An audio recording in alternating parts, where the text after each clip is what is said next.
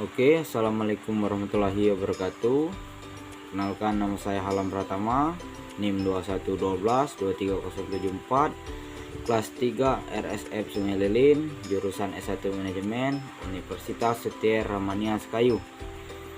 Baiklah, dalam kesempatan ini saya dan kawan-kawan dari kelompok 3 ingin memaparkan materi tentang sumber dana dari luar negeri, yang mana sumber dana dari luar negeri tersebut terdapat bantuan luar negeri, yang mana bantuan luar negeri tersebut adalah bantuan asing yang ada saat ini merupakan kelanjutan dari era sesudah Perang Dunia Kedua.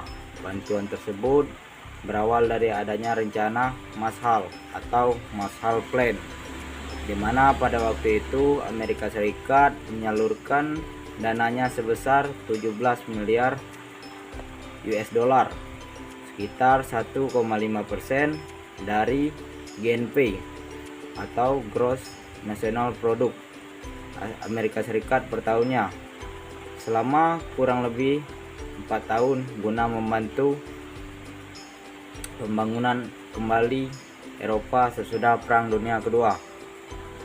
Jadi dapat kita simpulkan bahwasanya bantuan luar negeri itu adalah tindakan yang melibatkan suatu negara yang memberikan sumber dayanya kepada negara yang sedang membutuhkan,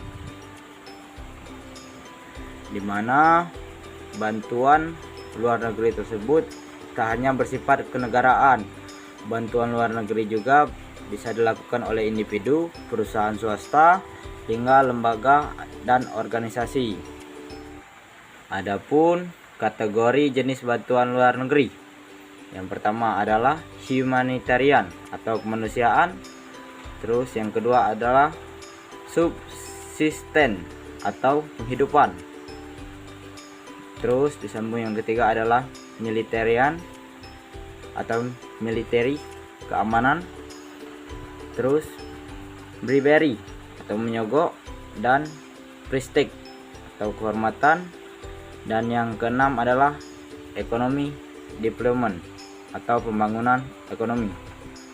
Adapun contoh bantuan luar negeri seperti halnya bantuan alat kesehatan dan obat-obatan, bantuan pangan, bantuan modal, terus bantuan alat militer atau alutsista, dan bantuan beasiswa pendidikan, bantuan dana kampanye sosial, bantuan prajurit keamanan, bantuan keterampilan sumber daya manusia, dan bantuan sarana serta prasarana.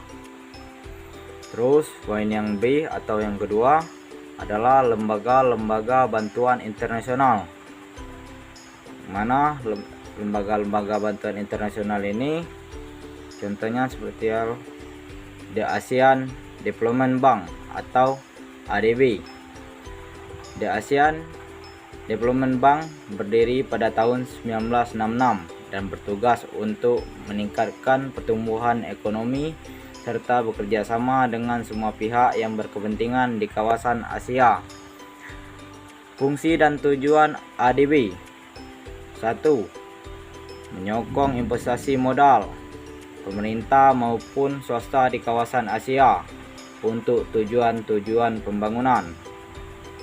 Kedua, memanfaatkan berbagai sumber daya yang ada atau yang tersedia untuk membiayai pembangunan dengan memprioritaskan wilayah dan subwilayah Asia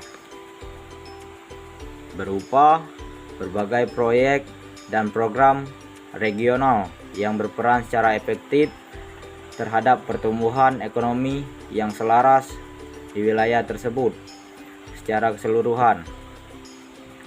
Dan yang sangat diutamakan adalah kebutuhan dari negara-negara kecil atau negara-negara yang sulit berkembang di Asia. Terus yang ketiga adalah memenuhi permintaan negara-negara anggota untuk membantu mereka mengkoordinasikan kebijakan-kebijakan dan rencana pembangunan mereka dengan tujuan untuk lebih memanfaatkan setiap sumber daya yang dimiliki, menyehatkan perekonomian dan meningkatkan ekspansi perdagangan luar negeri, terutama di antara negara-negara di kawasan Asia sendiri. Memberikan bantuan teknis untuk menyiapkan, membiayai, dan melaksanakan berbagai program dan proyek pembangunan, termasuk juga merumuskan usulan bagi proyek-proyek tertentu. Bekerja sama dengan PBB dan organisasi di bawah PBB, melaksanakan berbagai kegiatan dan memberikan jasa-jasa lainnya sesuai dengan tujuan ADB. Selain merumuskan usulan bagi proyek-proyek tertentu, bekerja sama dengan PBB dan organisasi di bawah PBB, melaksanakan berbagai kegiatan dan memberikan jasa-jasa lainnya sesuai dengan tujuan ADB. Selain ADB ada juga Bank Dunia atau The World Bank. Tujuan utama Bank Dunia adalah membantu pembangunan di negara anggota dengan memberikan fasilitas investasi dana untuk tujuan-tujuan yang produktif. Juga untuk menciptakan pertumbuhan perdagangan internasional dalam jangka panjang dan seimbang dengan cara mendorong investasi internasional.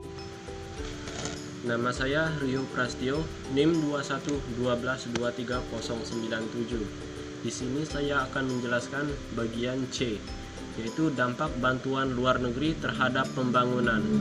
Menurut Horodomar, peran tabungan luar negeri adalah untuk menumbuh kembangkan tabungan domestik sehingga dapat meningkatkan investasi dan pada akhirnya akan mempercepat laju pertumbuhan ekonomi.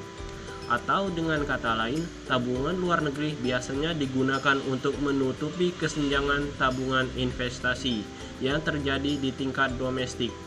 Misalnya, jika kita asumsikan pertumbuhan bantuan dan tabungan luar negeri sebesar 6% dari GPD dan semuanya dipergunakan untuk kegiatan investasi, dan jika rasio modal output atau core yang dimiliki negara tersebut sebesar 3, maka sudah dapat dipastikan bahwa perekonomian tersebut akan mengalami pertumbuhan sebesar 2%. Di sisi lain, dengan menggunakan pendekatan two-gap model, bantuan dan tabungan luar negeri dipandang sebagai kontributor terbesar untuk investasi atau biasa juga sebagai salah satu instrumen untuk memperbesar impor melalui penyedia devisa yang lebih banyak. Karena devisa merupakan faktor yang langka, maka peranan bantuan luar negeri dalam pertumbuhan ekonomi proporsional dengan kontribusinya untuk meningkatkan impor. Ada realita yang menyatakan bahwa tingkat pertumbuhan ekonomi pada negara-negara penerima bantuan luar negeri tersebut ternyata tidak terlalu begitu tinggi. Hal tersebut menunjukkan kekurangan tepatan dari pendekatan Horodomar. Sebagian besar NCB kemungkinan mengalami kekurangan pada input komplemen yang penting, seperti keterampilan tenaga kerja, kapasitas administratif, dan birokrasinya, infrastruktur, institusi ekonomi, dan stabilitas politik. Padahal, tanpa dukungan dari input-input komplementer yang baik, maka tingkat tabungan yang tinggi tidak akan mampu mendorong pertumbuhan. Bahkan meskipun hambatan pertumbuhan tersebut dapat teratasi, beberapa ekonom berpendapat bahwa tabungan luar negeri, khususnya berupa bantuan, tetap tidak akan mampu memberi kontribusi yang baik bagi kenaikan tabungan atau impor. Lebih jauh lagi, menurut pandangan para ekonom yang meragukan peranan luar negeri terhadap pertumbuhan ekonomi, tabungan luar negeri tersebut justru dapat menggantikan, bukan menambah, tabungan domestik, sehingga justru memicu kenaikan konsumsi dan impor serta menurunkan tingkat investasi dan ekspor. Keraguan tersebut ada benarnya juga karena teori ekonomi menyatakan bahwa bantuan akan menaikkan konsumsi dan investasi. Yang D. Manfaat investasi asing. Adanya serangkaian peraturan perundang-undangan negara tuan rumah atau host country berkenan dengan investasi asing menunjukkan bahwa NCB tetap cukup aktif untuk mencari investor asing dan mengharapkan sebagai manfaat yang nyata dari adanya investasi asing tersebut. Biasanya tujuan yang paling umum dikemukakan adalah untuk menciptakan lapangan kerja, proses alih teknologi, dan keterampilan yang bermanfaat, dan sebagai sumber tabungan atau devisa. Perluasan kesempatan kerja. Bukti empiris di beberapa negara menunjukkan bahwa manfaat perluasan kesempatan kerja yang dihasilkan oleh adanya investasi asing karena suatu hal menjadi nampak kurang begitu nyata. Beberapa pengamat dengan tegas menyatakan bahwa adanya pergeseran terhadap perusahaan-perusahaan lokal oleh karena perusahaan-perusahaan multinasional justru mengurangi lapangan kerja setempat. Bukti-bukti yang ada menunjukkan bahwa harapan-harapan negara tujuan atau tuan rumah akan adanya penciptaan lapangan kerja oleh investasi TNC ini jarang terpenuhi. Hanya di beberapa NCB saja yang proses penyerapan tenaga kerja pada proyek TNC mencapai 1%. Beberapa pengecualian seperti kasus negara Brazil dan Meksiko, di mana afiliasi yang dikendalikan luar negeri memperoleh proporsi sebesar setengah dari sektor industri secara keseluruhan. Dan Spanyol sebelum tahun 1970, negara bangsa itu secara umum masih dinyatakan sebagai NCB. Pengecualian lain meliputi negara-negara yang relatif kecil seperti Singapura, manufaktur dan pariwisata, Jamaika, pariwisata dan bauksit, dan mungkin Kuba sebelum era kepemimpinan Fidel Castro. 2. Alih teknologi. Manfaat pokok kedua yang diharapkan dari adanya investasi asing adalah proses alih teknologi, keterampilan, dan know-how.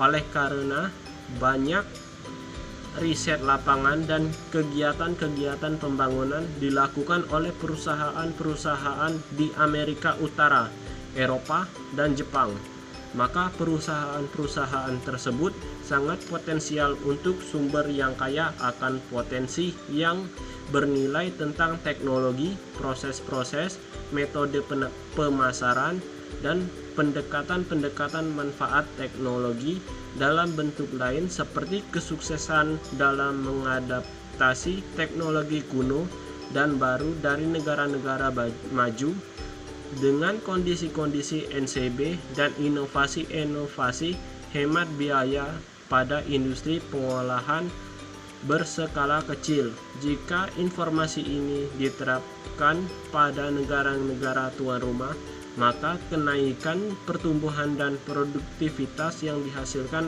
akan cukup berarti dalam jangka panjang. 3. Manfaat perolehan devisa. Manfaat ketiga yang diperoleh oleh NCB dari investasi asing adalah memperoleh tabungan dan mendapatkan cadangan devisa. Dampak investasi TNC ini terhadap neraca NCB telah menjadi sebuah kontroversi. Sebuah studi yang diterbitkan pada tahun 1973 dan meliputi lebih dari 1000 TNC di seluruh dunia menyimpulkan bahwa pada akhir tahun 1960-an pengaruh positif neto pada neraca pembayaran TNC tidak dapat diabaikan. Menurut studi tersebut, pada hampir dari setengah TNC yang diteliti oleh temuan bahwa TNC tersebut lebih banyak mengekspor devisa melalui impor dan repatriasi laba dibandingkan devisa yang mereka peroleh. Jika keadaan seperti demikian, maka nampaknya repatriasi laba merupakan salah satu penyebab hilangnya devisa yang seharusnya diperoleh negara tuan rumah. Baiklah, segitu saja dari saya. Selanjutnya akan dilanjutkan oleh teman saya. Nama saya Rudi Mesuci, NIM 2112230017. Baiklah, saya akan memaparkan materi E dan materi F. Materi E, kebijakan NSB terhadap investasi asing. Pemerintah NSB biasanya menggunakan berbagai kebijakan yang bersifat restrinsik dan insentif bagi perusahaan-perusahaan asing. Kebijakan yang bersifat intrinsik tersebut antara lain: 1. Persyaratan kinerja, 2. Hukum kejenuhan, 3. Pengendalian repatriasi laba. Sedangkan kebijakan yang berupa rangsangan adalah adanya insentif pajak. 1. Restriksi. Perangkat kinerja biasanya ditetapkan untuk setiap industri. Misalnya, bagi TNC yang memasuki industri perakitan otomotif diharuskan untuk meningkatkan kandungan nikkel dari mobil secara progresif. Sedangkan mereka yang memasuki bidang ekstraksi atau pengolahan mineral diminta untuk melakukan investasi untuk industri pengolahan di masa mendatang. Persyaratan kinerja ini biasanya ditetapkan NSB agar mereka memperoleh manfaat nyata dari adanya investasi asing tersebut, yaitu lapangan kerja, alih teknologi, dan untuk kegiatan-kegiatan yang berorientasi ekspor. Perolehan devisa. 2. Insentif pajak. Bagi para investor asing yang mampu memenuhi persyaratan kinerja yang diajukan NSB, maka biasanya NSB akan memberikan beberapa insentif, misalnya tax holiday dan insentif pajak lainnya.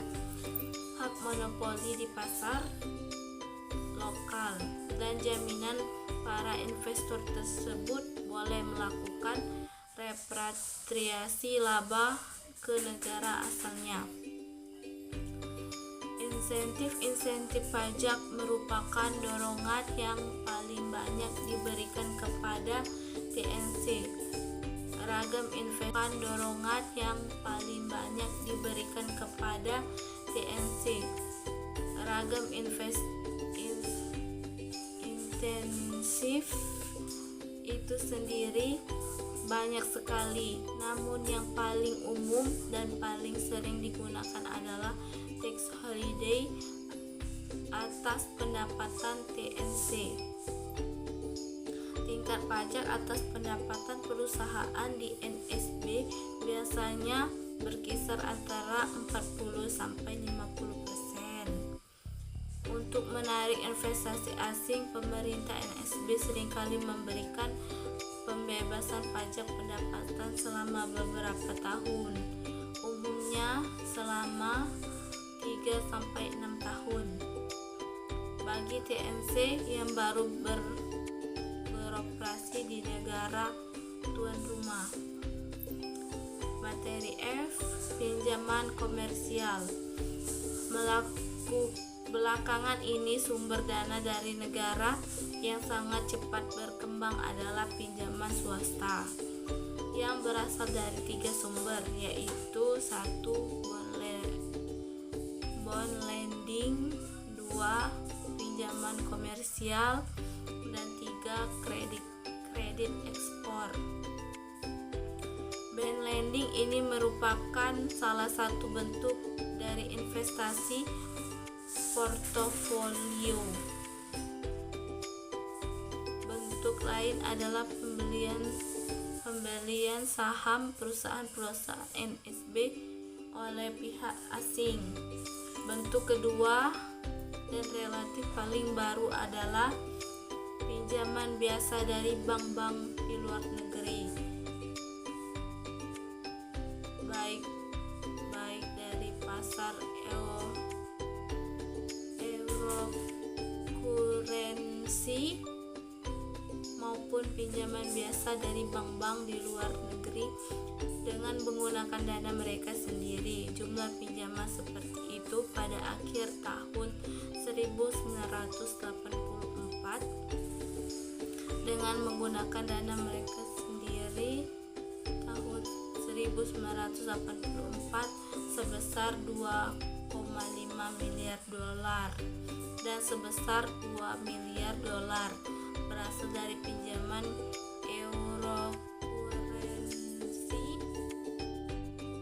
maupun pinjaman biasa dari bank-bank di luar negeri dengan menggunakan dana mereka sendiri. Jumlah pinjaman seperti itu pada akhir tahun 1984 dengan menggunakan dana mereka sendiri tahun 1984 sebesar 2,5 miliar dolar dan sebesar 2 miliar dolar berasal dari pinjaman eurokurensi.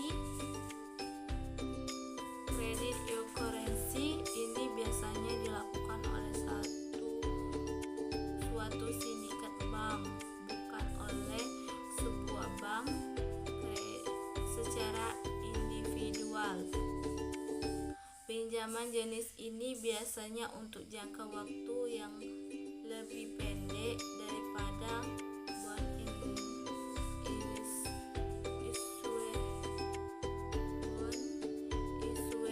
dan dengan tingkat bunga yang sama jika bank-bank tersebut meminjamkannya pada bank lainnya. Biasanya tingkat suku bunga yang ditetapkan berdasarkan suku bunga pada libero yang nilainya berfluktualis dari waktu ke waktu. Tingkat libero nominal berkisar antara 6,5% pada tahun 1957 dan 16% pada tahun 1980. Besarnya premium yang harus dibayar oleh peminjam tergantung pada perkiraan resiko pasar. Pinjaman ke NSB biasanya dianggap mengandung resiko yang lebih tinggi, sehingga premium yang diberikan biasanya juga lebih tinggi daripada bagi peminjam dari negara-negara maju. Sekian paparan materi dari saya. Baiklah, materi selanjutnya akan disampaikan oleh Dewi Anugrah Savitri. Assalamualaikum warahmatullahi wabarakatuh. Perkenalkan, nama saya Dewi Anugrah Savitri, membuat saksi 12/23/2009. Saya di sini akan membawakan materi tentang sumber pinjaman luar negeri bagi pembangunan di Indonesia. Yang pertama, IGGI. IGGI adalah forum tempat pertemuan berkala antara Indonesia dengan negara-negara donor dan lembaga-lembaga keuangan internasional yang dibentuk tidak berdasarkan perjanjian internasional. IGGI merupakan forum kerjasama dan pertemuan konsultatif untuk Indonesia, bukan merupakan lembaga internasional. Yang kedua, CGI. Latar belakang pembentukan CGI berawal pada adanya insiden Dili atau Timor Timur pada bulan November tahun 1991. adanya sikap beberapa negara yang ingin mengaitkan pemberian pinjaman atau bantuan dengan insiden gitu tersebut jelas-jelas bertentangan dengan garis politik pemerintah RI. PJI adalah pinjaman atau hibah pemerintah yang diterima dari negara-negara peserta bidding PJI. Pinjaman Indonesia tersebut terdiri dari bilateral dan multilateral. Pinjaman bilateral adalah setiap penerima negara baik dalam bentuk devisa maupun dalam bentuk barang atau jasa yang diperoleh dari pemberian pinjaman luar negeri yang berasal dari pemerintah suatu negara. Sedangkan pinjaman multilateral adalah setiap penerimaan negara baik dalam bentuk devisa maupun dalam bentuk barang atau jasa yang diperoleh dari pemberian pinjaman luar negeri yang berasal dari lembaga keuangan internasional maupun regional, dan biasanya Indonesia merupakan anggota dari lembaga keuangan tersebut. Sekian. Kenalkan, nama saya Tria Rofiani, NIM 2112230091. Di sini saya akan menjelaskan sekilas tentang utang luar negeri Indonesia. Silahkan untuk melihat tabel di samping ini. Dari tabel tersebut dapat diketahui bahwa utang luar negeri pemerintah dalam perkembangannya mengalami peningkatan yang cukup pesat. Terdapat beberapa periode di mana utang luar negeri pemerintah mengalami lonjakan yang cukup signifikan. Sejak tahun 1966. Pada pertengahan tahun 1970, tepatnya antara tahun 1975 sampai 1976, posisi utang luar negeri pemerintah mengalami lonjakan yang cukup signifikan, yaitu sebesar 25,47%, karena adanya kenaikan ekspor migas sehingga meningkatkan kredit worthiness Indonesia dan peningkatan pinjaman yang dilakukan Pertamina.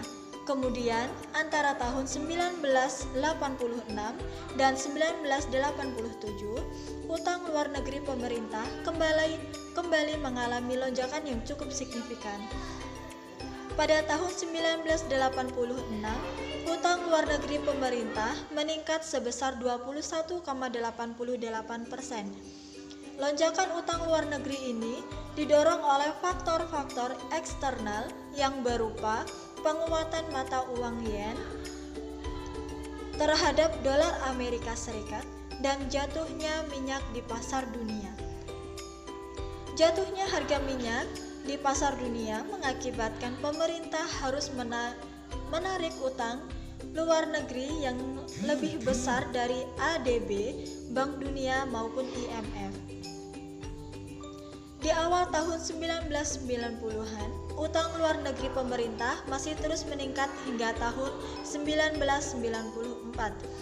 dengan pertumbuhan sebesar 11,73% dibandingkan tahun sebelumnya, dan kemudian pada tahun 1995 pertumbuhan utang luar negeri pemerintah dapat ditekan hingga 1,66%, dan bahkan pada tahun 1996 dan 1997 utang luar negeri pemerintah mengalami penurunan, yaitu masing-masing sebesar 7,19% dan 2,90%. Pasca krisis nilai tukar yang menghantam Indonesia sejak pertengahan 1997, utang luar negeri pemerintah kembali mengalami peningkatan yang cukup signifikan. Pada tahun 1998 dan 1999, utang luar negeri pemerintah mengalami peningkatan sebesar 24,97% dan 12,49%. Demikianlah presentasi dari kami kelompok 3. Apabila ada kekurangan kami mohon maaf. Saya akhiri. Wassalamualaikum warahmatullahi wabarakatuh.